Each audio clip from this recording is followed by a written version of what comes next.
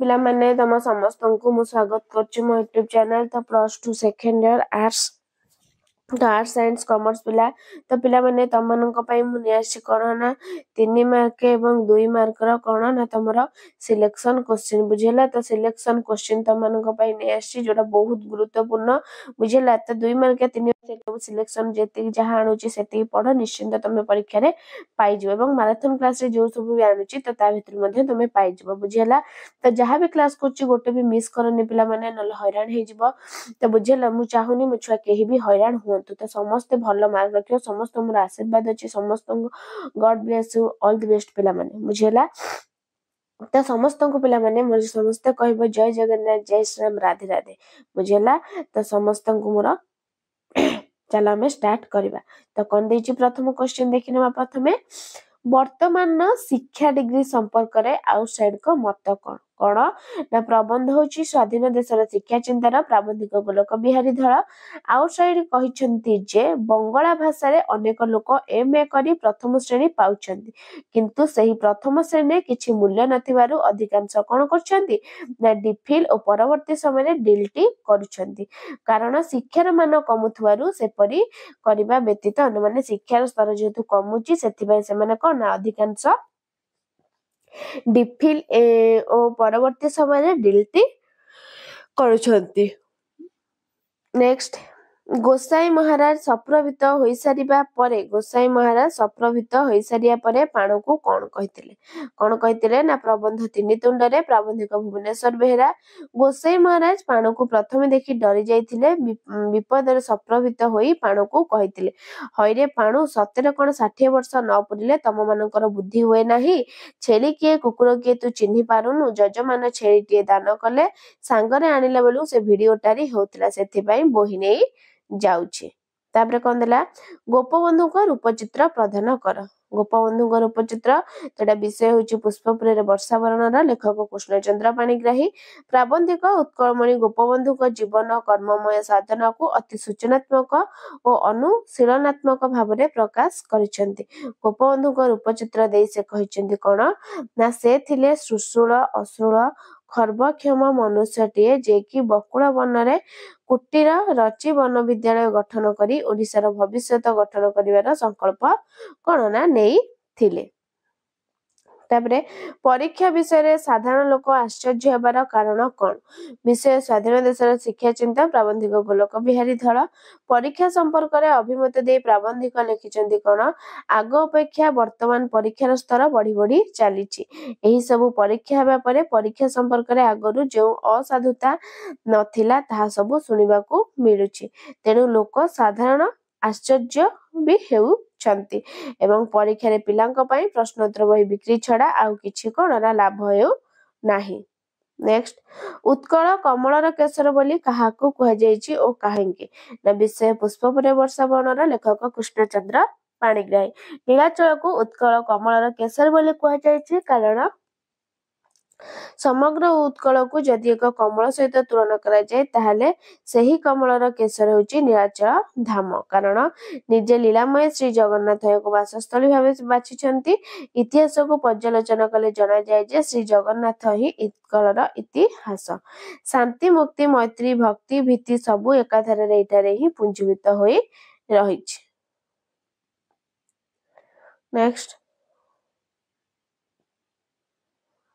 उत्कलर पूर्व सम्राट मानकर परिचय किपरि थिला ना कवि होचंती राधानाथ राय कविता होची बड़पण उत्कलर पूर्व सम्राट माने सिंह सदृश पराक्रमी थिले एवं विशाल साम्राज्य प्रतिष्ठा करथिले बन्नीशिखा सदृश से माने उत्तरोत्तर उन्नति करुथिले निजर उदारपण हेतु से माने तांकर राज्य को एक परिवार सदृश मने करुथिले और प्रजा मानको वात्सल्य स्नेह रे बांधी रखिथिले नेक्स्ट केउ विषय रे कैफत मागिया को आज बेळ आसीछि कविता होछि कोना वार्ता कवि सचिदानंद राउतराय जुग जुगरु और दीर्घ दिनरु शोषित मनीष शोष गोष्ठी निष्ठुर अत्याचार सही आसीछि एभली व्यवहार शोषित गोष्ठी को पीड़ा देइछि मात्र सेमानको आज आउ से निष्ठुर अत्याचार सहिबाको पड़ियो नै बरं निजर अधिकार विषय रे कैफत मागिया को आज बेळ आसीछि नेक्स्ट ମନ୍ଦିର ବିରହୀ ବାଥା କବିତାରେ ସୂର୍ଯ୍ୟାସ୍ତକାଳୀନ ପ୍ରକୃତିର ରୂପଚିତ୍ର। କବିତା ମନ୍ଦିର ବିରହୀ ବାଥା କବି ଗୋପବନ୍ଧୁ ଦାସ। ହଜାରୀବାଗ ଜେଲରେ ଗୋପବନ୍ଧୁ ବନ୍ଦୀ ଭାବରେ ଥିବାବେଳେ ଜେଲ ପ୍ରାଙ୍ଗଣରେ ମଧୁର ସୂର୍ଯ୍ୟାସ୍ତକାଳୀନ ପ୍ରକୃତିର ମନୋରମ ଚନ୍ଦ୍ର ଉପଭୋଗ କରୁଥିଲା। ଆକାଶର ମେଘଖଣ୍ଡ ବିଚିତ୍ର ଚାନ୍ଦୁଆ ପରି ପ୍ରତୀୟମାନ ହେଉଥିଲା। ନୀଳ ଫେରନ୍ତା ପକ୍ଷୀମାନଙ୍କର ସ୍ୱର ମୁଗ୍ଧକର ଗାନ ପରି ଜଣାଯାଉଥିଲା। ଅସ୍ତକାଳୀନ ସୂର୍ଯ୍ୟଙ୍କର ସୁନେଲି କିରଣ ପଡ଼ି ତରୁ ଓ ଗିରିମାନେ ମସ୍ତକରେ ହେମବର୍ଣ୍ଣର ପାଟ ପିନ୍ଧିଥିବାର ଦେଖା ଯାଉଥିଲା। ତାପରେ ନେକ୍ସଟ, ଉଚ୍ଚତର ଗତି କିପରି ଲାଭ କରାଯାଇ ପାରିବ ବୋଲି କବି କହିଛନ୍ତି। ଉଚ୍ଚତର ଗତି, କବି ହେଉଛନ୍ତି ରାଧାନାଥ ରାୟ। କବିତା ବଡ଼ପଣ। ଦରବାରରେ ଉପସ୍ଥିତ ଥିବା ରାଜା ଜମିଦାର ମାନଙ୍କ ବଡ଼ପଣକୁ କବି ଆକ୍ଷେପ କରିଛନ୍ତି। କାରଣ ରାଜା ଓ ଜମିଦାର ମାନେ କଣ ନା ରାଜା ଓ ଜମିଦାର ମାନଙ୍କ ବଡ଼ପଣକୁ କବି ଆକ୍ଷେପ କରିଛନ୍ତି। କାରଣ ରାଜା ଜମିଦାର ମାନେ କଣ ଥିଲେ ନା ପ୍ରଜାମାନଙ୍କ ସୁଖ ଦୁଃଖକୁ କୌଣସି ସମୟରେ ବିଚାର ନ କରି ନିଜର ସ୍ୱାର୍ଥକୁ ଦେଖାଇଛନ୍ତି। ପ୍ରକୃତ ରାଜଧର୍ମ ପାଳନ କରିବାକୁ ସେମାନେ କଣ ହୋଇଥାନ୍ତି ନା ଇଚ୍ଛା କରି ନାହାନ୍ତି। ପ୍ରକୃତ କବି ସେମାନଙ୍କୁ ନିଜର କର୍ତ୍ତବ୍ୟ ବିଷୟରେ ସଚେତନ ମଧ୍ୟ ରାଜଧର୍ମ ପାଳନ କରିବାକୁ କହିଛନ୍ତି, ଯଦ୍ୱାରା ସେମାନେ ଉଚ୍ଚତର ଗତି ଲାଭ କରିପାରିବେ। ନେକ୍ସଟ, ମୁହିଁ ତପସ୍ୱିନୀ ମତେ ନ କରିବ ହେୟା, ଏହା କେଉଁ ପ୍ରସଙ୍ଗରେ କୁହାଯାଇଛି? ତପସ୍ୱିନୀ ପତ୍ର କବିତା ଗଙ୍ଗାଧର ମେହେର। ରାମଚନ୍ଦ୍ର ଯଜ୍ଞ କାର୍ଯ୍ୟର ଆୟୋଜନ ନିମନ୍ତେ ନିଶ୍ଚୟ ଦ୍ୱିତୀୟ ପତ୍ନୀ ବରଣ କରିବା ଚିନ୍ତା କରି ସୀତା ତାଙ୍କୁ ପତ୍ର ଲେଖିଛନ୍ତି। ସେ ଲେଖିଛନ୍ତି ଯେ ସେ କିଏ ତାହା ଜାଣିବା ଅନାବଶ୍ୟକ, କାରଣ ରାମଚନ୍ଦ୍ର ତପସ୍ୱୀମାନଙ୍କୁ ଅଶାନ୍ତି ବିନାଶ କରିଥାନ୍ତି ଏବଂ ତପସ୍ୱୀଙ୍କୁ ତାଙ୍କର ଅଦେୟ କିଛି ନଥାଏ। ତେଣୁ ସେ ଜଣେ ତପସ୍ୱିନୀ ହୋଇଥିବାରୁ ତାଙ୍କୁ ହେୟ ବିବେଚନା ନ କରିବାକୁ ସେ ରାମଚନ୍ଦ୍ରଙ୍କୁ ଅନୁରୋଧ କରିଛନ୍ତି।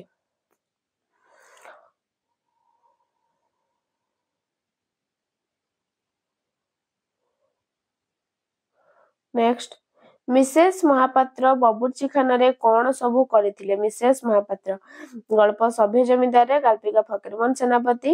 ମିସେସ ମହାପାତ୍ର ଜୋତା ପିନ୍ଧି ବବୁର୍ଚିଖାନାରେ ପଶିଗଲା ବେଳକୁ ପଦୀ ହାଣ୍ଡିଶାଳକୁ ଗୋବର କନାରେ ଲିପୁଥିଲା। ପଦୀ ମିସେସ ମହାପାତ୍ର ଜୋତା ପିନ୍ଧି ଆସିବା ଦେଖି ହାଣ୍ଡିଶାଳ ମାରୁଗଲା ବୋଲି କହି ଧାଇଁ ପଳାଇଗଲା। ମିସେସ ମହାପାତ୍ର ଉଆ ଉଆ କହି ମୁହଁରେ ରୁମାଲ ଜାକି ଅନ୍ୟ ଆଡ଼କୁ ଧାଇଁଲେ, ନହେଲେ ବାନ୍ତି କରି ପକାଇଥାନ୍ତେ। ଏକାବେଳେ ଶିଶିଏ ଲେଭେଣ୍ଡର ଦେହଯାକ ଢାଳି ହୋମୋସାଷ୍ଟାମ ହେଲେ। ତାପରେ ମାଷ୍ଟରଜୀଙ୍କ ସମଗ୍ର ସତ୍ତାରେ ଅଶୋକ ପ୍ରଥମ ଥର ପାଇଁ କଣ ଅନୁଭବ କରିଥିଲା? ଗଳ୍ପ ହେଉଛି ରୂପନାରାୟଣ ସାହା। ଗାଳ୍ପିକ ଅଖିଳମୋହନ ପଟ୍ଟନାୟକ। ମାଷ୍ଟରଜୀ ଥିଲେ 5 ଟଙ୍କା ବେତନର ଜଣେ ସାଧାରଣ ଟ୍ୟୁସନ ମାଷ୍ଟର। ସେ ଥିଲେ ଭୀରୁ, ପରାହ୍ନଭୋଜୀ, ନିରୀହ। ମାତ୍ର ଅଶୋକକୁ ସାହାଯ୍ୟ କରିବାକୁ ଯାଇ ମାଷ୍ଟରଜୀ ସାରା ପରିବାରକୁ ସମାଲୋଚନା କରିଥିଲେ। ଅଶୋକ ସେଥିରେ ଆଶ୍ଚର୍ଯ୍ୟ ହୋଇଥିଲେ।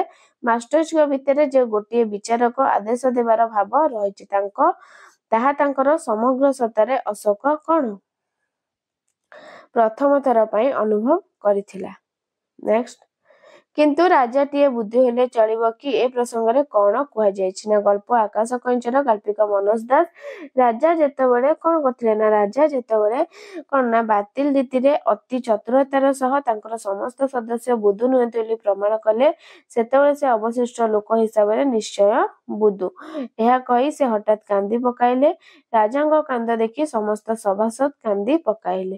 ଏଥର ରାଜା କହିଲେ, ରାଜାଟିଏ ବୁଦ୍ଧୁ ହେଲେ ଚଳିବ ନାହିଁ, ସୁତରାଂ ସେ ରାଜ ପରିବାରର ପବିତ୍ର ପରମ୍ପରା ଭାଙ୍ଗି କଇଁଛ ମାଂସ ଖାଇ ବୁଦ୍ଧୁଭେଦରୁ ମୁକ୍ତ ହେବ।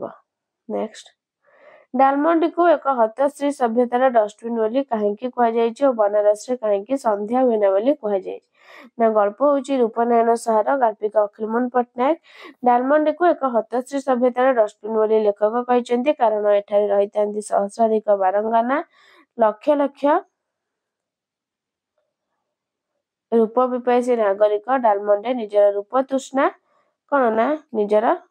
ତୃଷ୍ଣା ମେଣ୍ଟାଇ ଥାନ୍ତି। ଏଠାରେ ସନ୍ଧ୍ୟା ଆସେ ବାରଙ୍ଗାନାର ଆଖିର ନିମନ୍ତ୍ରଣରେ ଏବଂ ରାତ୍ରି ଆସେ ରତିକାନ୍ତ କାମୁକୀ ନାରୀର ସ୍ୱେଦଶକ୍ତି ଆଖିର ପତାରେ ପତାରେ। ସାଧାରଣତଃ ସନ୍ଧ୍ୟା ହେଲେ ଲୋକମାନେ ଗୃହାଭିମୁଖୀ ହୋଇଥାନ୍ତି, ମାତ୍ର ବନାରସରେ ସନ୍ଧ୍ୟାରେ ଅନେକ ଲୋକ ଆନନ୍ଦ ସନ୍ଧାନ କରିବାକୁ ବାହାରେ ବୁଲାବୁଲି କରୁଥାନ୍ତି। ଥାନ୍ତି। ସୁତରାଂ ଲୋକଙ୍କ ଅସମ୍ଭବ କୋଳାହଳ ସାଙ୍ଗକୁ ବିଦ୍ୟୁତ ଆଲୋକର ଛଟାକୁ ଦେଖି ବନାରସରେ ସନ୍ଧ୍ୟା ହୁଏନା ବୋଲି ଗାଳ୍ପିକ କହିଛନ୍ତି। ତ ପିଲାମାନେ ଇଏ ଥିଲା ତମମାନଙ୍କର କଣ ନା MIL ଓଡ଼ିଆର 2 ମାର୍କିଆ 3 ମାର୍କିଆର ସିଲେକ୍ସନ। ତ କଣ ନା 2 ମାର୍କିଆ ଏବଂ 3 ମାର୍କର ସିଲେକ୍ସନ କ୍ୱେଶ୍ଚିନ୍ ବହୁତ ଗୁରୁତ୍ୱପୂର୍ଣ୍ଣ। ଭିଡ଼ିଓଟି ଭଲ ଲାଗିଥିଲେ ଲାଇକ୍ ସେୟାର ସବସ୍କ୍ରାଇବ କରିଦେବ ପିଲାମାନେ। ରହୁଛି ଧନ୍ୟବାଦ। ଜୟ ଜଗନ୍ନାଥ, ଜୟ ଶ୍ରୀରାମ।